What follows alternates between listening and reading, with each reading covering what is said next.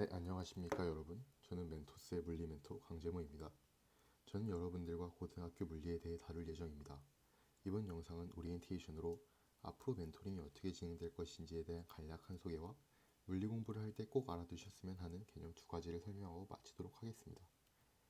일단 간략한 소개부터 하자면 저는 2015학년도 교육과정을 토대로 수업을 진행할 예정입니다.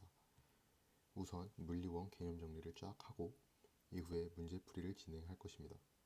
그 이후에 물리학2에 대해서도 같은 방식으로 진행된다고 보시면 되겠습니다. 그리고 이제 문제풀이라 함은 수능이나 모의고사에서 킬러 문항들이라 하는 정답률이 낮은 문제들을 위주로 문제풀이를 하는 영상이 될 것입니다. 그리고 그 사이사이에 제가 알려드리고 싶은 문제 푸는 팁 등을 공유할 예정입니다. 물론 이제 여러분들이 기억하셔야 될 게 저는 수능을 집중적으로 연구하고 가르치는 사람이 아닙니다. 그래서 수능에서 무엇이 중요한지 이런 것들에 대한 내용은 잘 모릅니다. 이 멘토링의 목표는 여러분들이 물리를 더 잘 이해할 수 있도록 돕는 것입니다. 그래서 수업 중간중간에 몇 가지 여러분들의 이해에 도움이 될 만한 내용들이 있다면 좀 더 상위의 개념들이라 할지라도 가지고 올 수 있습니다. 하지만 너무 어려운 내용을 가지고 온다 이런 것은 아니니 걱정하지 않으셔도 되겠습니다.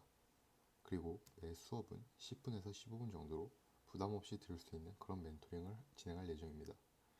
자, 그럼 이제 몇 가지의 개념을 강의하고 끝내도록 하겠습니다. 첫 번째로 얘기하고 싶은 주제는 스칼라와 벡터입니다.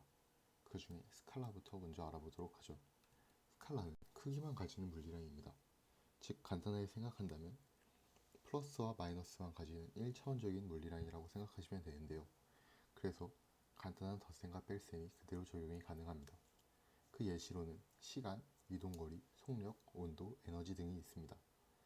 두 번째로 이제 벡터에 대해 얘기를 해볼 건데 벡터의 가장 큰 특징이라 함은 크기와 방향을 가진다는 것입니다. 스칼라와 차이점이 이 방향에 대한 얘기인데요. 그래서 이는 저희가 알고 있는 그런 덧셈과 뺄셈을 적용할 수 없습니다. 그리고 벡터의 종류로는 변이, 속도, 가속도, 힘, 운동량 등이 있습니다. 그렇다면 벡터 사이의 덧셈과 뺄셈은 어떻게 이루어질까요? 그것에 대해 알아보도록 하겠습니다. 자, 벡터를 더하는 방법은 크게 두 가지가 있습니다.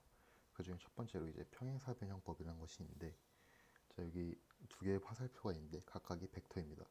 벡터는 보통 크기와 방향을 가지기 때문에 이렇게 화살표로 표현하는 경우가 많습니다. 그리고 이렇게 화살표로 표현하면 좋은 점 중에 또 다른 하나가 시작하는 점, 시점과 끝나는 점, 종점을 명확하게 표시할 수 있다는 점입니다. 자, 그래서 평행사변형법은 어떻게 적용하는 것이냐? 두 벡터의 시점을 한 점으로 모이게 합니다.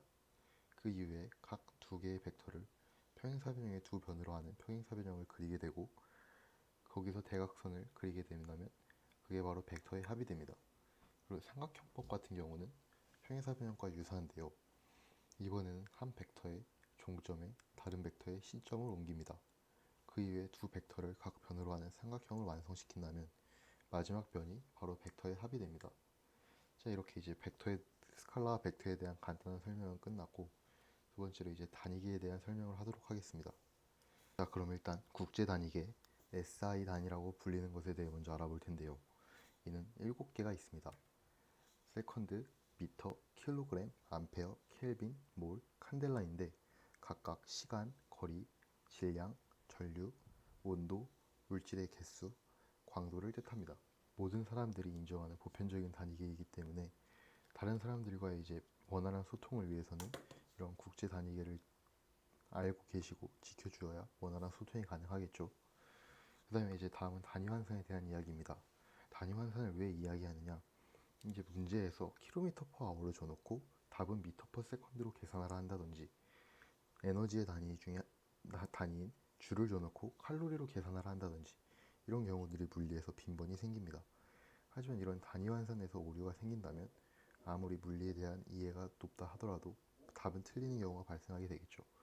그래서 이제 단위 환산을 깔끔하게 하는 법에 대해 알려드리려고 합니다. 그 예시로 제가 킬로미터 퍼 아워를 미터 퍼 세컨드로 변환해 보았는데요. 첫 번째로 킬로미터에다가 1000m분의 1km를 곱해 주었고 1시간 1아워에다가는 3600초분의 1시간을 곱해 주었죠.